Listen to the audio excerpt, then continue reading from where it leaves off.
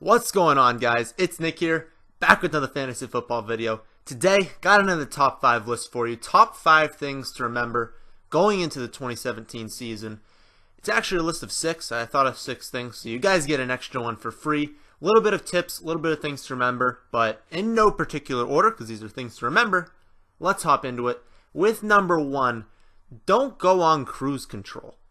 Now, some of you guys, obviously it's great to love your draft. It's great to exit your draft and not be like, well, better luck next year because that was terrible. No, it's good to leave the draft confident, but don't leave the draft too confident because things change in the NFL in a heartbeat. One play can not only end a guy's career, but it can severely damage your team. So don't go on cruise control. Don't just set your lineup, for 2 weeks out, because obviously injuries are going to happen, matchups are going to change. And if you guys have been playing for long enough, you know that one move can decide your win or loss. I mean, there's a lot of weeks you go into and you say, all right, am I playing Tyrell or am I playing John Brown? And if you get that choice wrong, you could lose the week, even if your team's far superior. So never take anything for granted that your team's just dominant. Always play the waiver wire. We're going to get into some other tips that maybe kind of talk about that. But just remain active. I can guarantee you, even if your draft was terrible, if you remain active in your league, it is not that challenging to make the playoffs. It's really not. In a lot of leagues, people go through half the way through the season and they just stop putting in the effort. Make trades, play the waiver wire. I'm going to talk about how you're never out of it in a second, but just don't go on cruise control. Finish the season. Number 2. Second thing we're going to talk about is always sell high early in the season. It feels horrible. Whenever you sell a player that's producing just amazingly, it just feels wrong. You feel like you should be targeting those players. But an exercise that I love running through is just projecting their pace out through 16 weeks. So these are 4 guys that I believe we talked about last season selling high on. And if you follow us, we're going to be having the podcast each week. Or if you're a premium member of the site, you're going to get the article every single week talking about which players you'd be selling high on. It's obviously going to go more in depth. We're just going to cover the surface in the podcast. But all you have to do is look at what they've done over 2, 3, 4 games of the season and project that out for 16 weeks. Kelvin Benjamin last year started off a 2-game pace of 104 receptions, 1,600 yards, and 24 touchdowns. Everyone with a brain knows that that wasn't going to happen. He's not a 100-catch guy. He's like a 75-catch guy in a good year. That's probably a good number for him. He's not going to get 24 touchdowns. And 1,600 yards is really on the high end of a projection for him. What he end up with? 63 for under 1,000 and 7 touchdowns. So anyone who traded him after those first 2 weeks won the trade. Willie Snead, 2-game pace. 112 receptions, 1,800 yards, and 16 touchdowns. Everyone knew that wasn't going to happen. Finished with 72 for 904. Marvin Jones. You guys remember that one? He was number 1 through 4 weeks. First 4-week pace. 92 for 1,900 and 8 touchdowns. You had to know that wasn't going to happen. So why would you not trade high? Or sell high? It's the easiest thing you can do because everyone looks at box scores. No one watches all of the games. No one actually knows how they're being utilized and what their upside is. People think they do, in your leagues. I'm not saying everyone's stupid, but I'm saying people think they're I knew Marvin Jones was going to be great, but they don't project it out and they don't see what he's being used for in the offense. They don't see that, a lot of those yards came on an 80-yard touchdown. That's probably not going to happen every single week. So always do this projection and do not be afraid to sell high. Never buy high. Never trade for Marvin Jones after 4 weeks of that kind of production because Marvin Jones isn't breaking the receiving record. So run through this exercise. That was the second tip. Do not be afraid to sell high early in the season.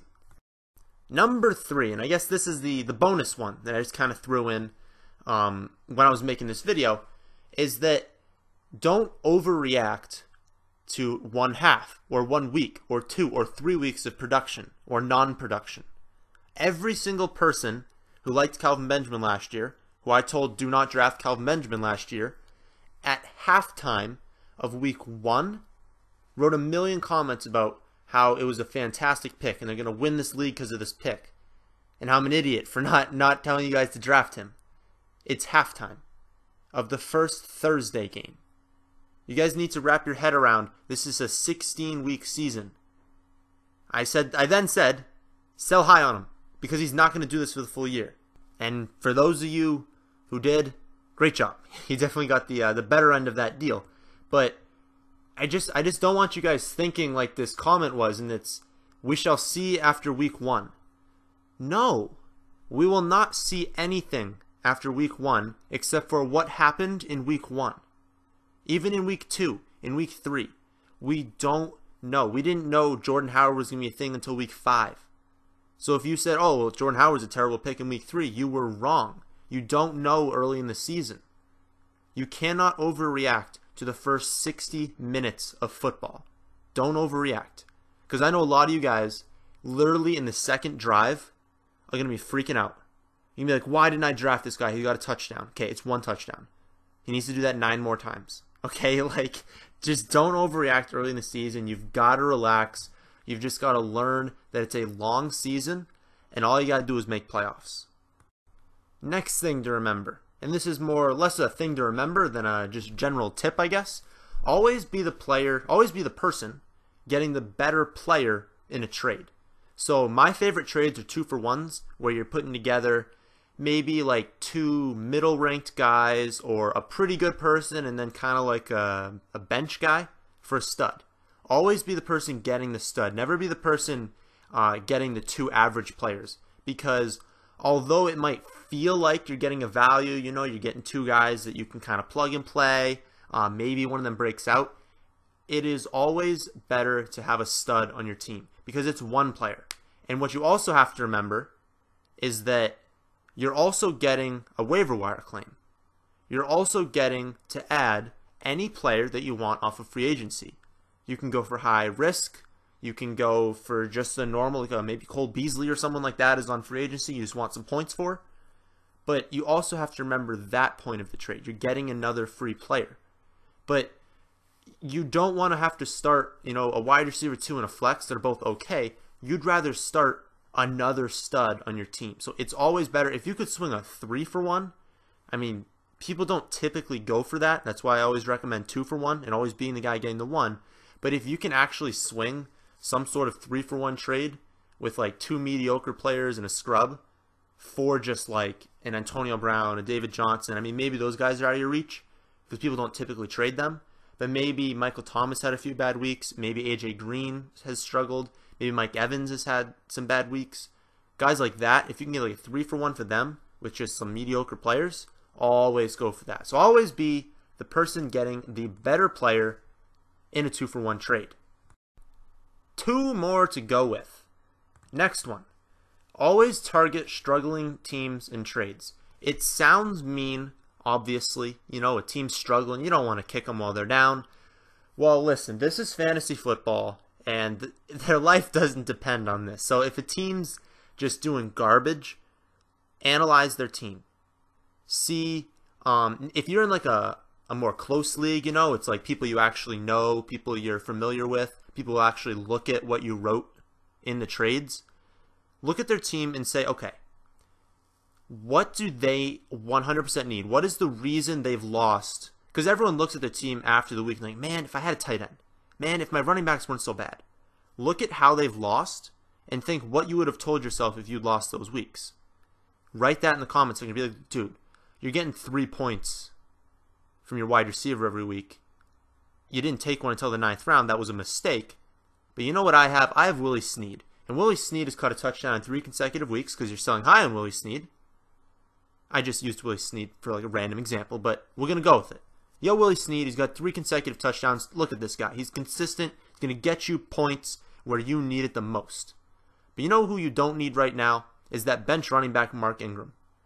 Let's just do a trade for that. Now, I have no idea if that's actually going to be a good trade when it goes through. Like, I don't know why I'm thinking of the Saints right now, but I am. But do that. Is the Zeke owner 0-3? Be like, listen, you're 0-3. You need to win right now to make playoffs. You don't technically, but if you're starting 0-3, you should probably win sometime soon if you want to make playoffs. If he's 0-3, be like, dude, you're not getting him back until week 8. That's 5 more weeks. You need someone now. Are you 3-0 in this scenario? Like, take Zeke. You can afford some losses, and it's not even a guaranteed loss if you have that 0 going on your bench. But look at where people are stacked at. Typically, I mean, you can notice this in the draft, but come week 3, week 4, if guys took like a bunch of wide receivers early and only like 1 or 2 running backs and they both bust, target those teams. You got a running back that's just putting up some points in PPR, target them. So handcuffs are also huge. Did you draft DeMarco Murray or Tevin Coleman? Someone like that. And even if the starter isn't hurt, if the team is struggling and you've got their handcuff, be like, listen, the only way you're getting by right now is because DeMarco's tearing it up. What if he goes down? You need Derrick Henry. So these are things that you should be thinking about. Last one, I mean, did they come to you first? Like, if someone came to you with a trade and it's even remotely good, you know, a lot of people just come to you with a trade because they just like trading and it's complete trash and you just don't even respond to it. But if they came to you and it looks actually kind of decent, figure out, is there a reason they're coming to me with this trade?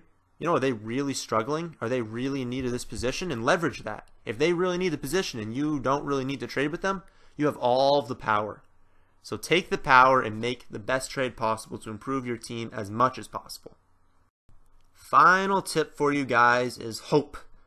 Always keep hope. You are literally never out of it until numerically you're out of it. Okay?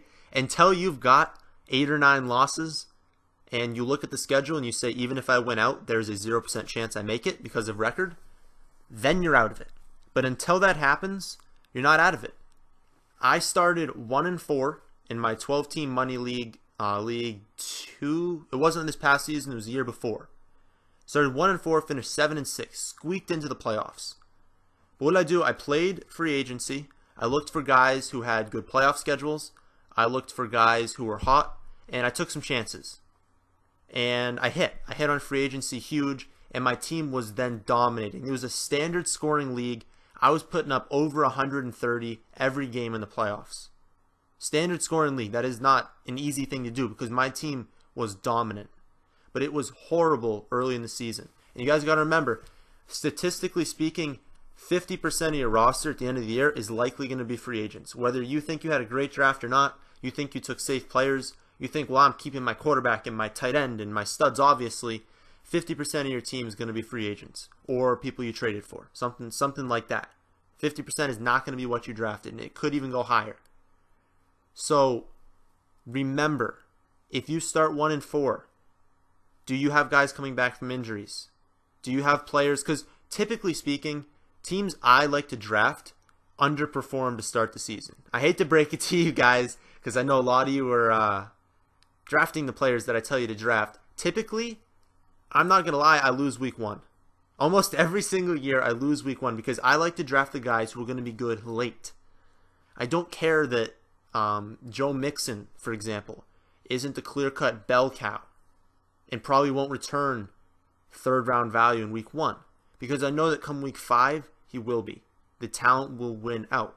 So I love drafting players like that you know what, they're going to start slow, but all I have to do is go 7-6, go 8-5, make the playoffs, and then my studs that I drafted that are coming to at the end of the season are going to break out. I don't like drafting older players. Those are the guys who start off pretty good. Like, if you look historically, veteran players, that's who I play in DraftKings. People who have been on a team for a while, people who have been in the league for a while. Early in the season, those are the guys who do best. So people who draft an entirely old roster, you know what? They usually start like 2-1. But then they just die. Their whole team just tanks. So just keep that in mind. You're never, ever out of it. So don't lose hope. Hope is the best thing that you can have. As long as there's a glimmer of hope, you're going to be just fine until that hope goes away when you have 9 losses. And at that point, if you're in a keeper league, like I was last year in the money league, I was out of playoffs. That was the only league, of course, that I didn't make playoffs in. I started swinging trades. I said, hey, Devonta Adams owner. The trade actually worked out in my favor. but I believe I traded away, it was Allen Robinson and Amari Cooper for Devonta Adams and Diggs, I think, something like that. And actually, I think that the two that I got outperformed because Amari wasn't that great in standard. But I was like, hey, I'm not going to keep these two because I drafted them early. Maybe I'll keep Devonta Adams as a 14th round keeper. Maybe I'll keep Diggs as an 8th round keeper. I ended up keeping Jordy Nelson, who I already had, as a 10th round keeper. But just do exercises like that. All these things that I talked about. Do the exercises of projecting people's stats out. Look at struggling teams. Don't overreact. You're never out of it. Don't lose hope. Follow the podcast. Look at the articles we write. Stay active in the private chat. And don't lose hope. That is the end of this video and potentially the last video we make before the start of the season. I think I'm going to hold on to this one and put it out on Tuesday. I think that's what the plan is. Maybe it's going to go up on that Friday for a top 5 video. But I think I'm going to release it Tuesday. No video going up on Wednesday, and then Thursday's the start of the season. So, good luck. Good luck to everyone week 1. I'm sure you guys will show me all of your lineups. I'll answer all of your questions in the chat, of course. So make sure to get into the chat. I believe, I haven't talked about it in any videos actually, but you can get into the chat now for cheaper. I think we're going to go to like $4.99 for access to just everything basically. Access to the articles, private chat, everything on the website. $4.99. Maybe that's not the price we decide on, but I think that's what the price is going to be. So if you really do want to get the articles each week, you want to be active in the chat because the chat is a huge tool you guys can use. Make sure to head on over to the website, thefantasyfootballadvice.com. Link in the description down below. Get yourself premium access. But that is finally the end of this video. Thanks for watching.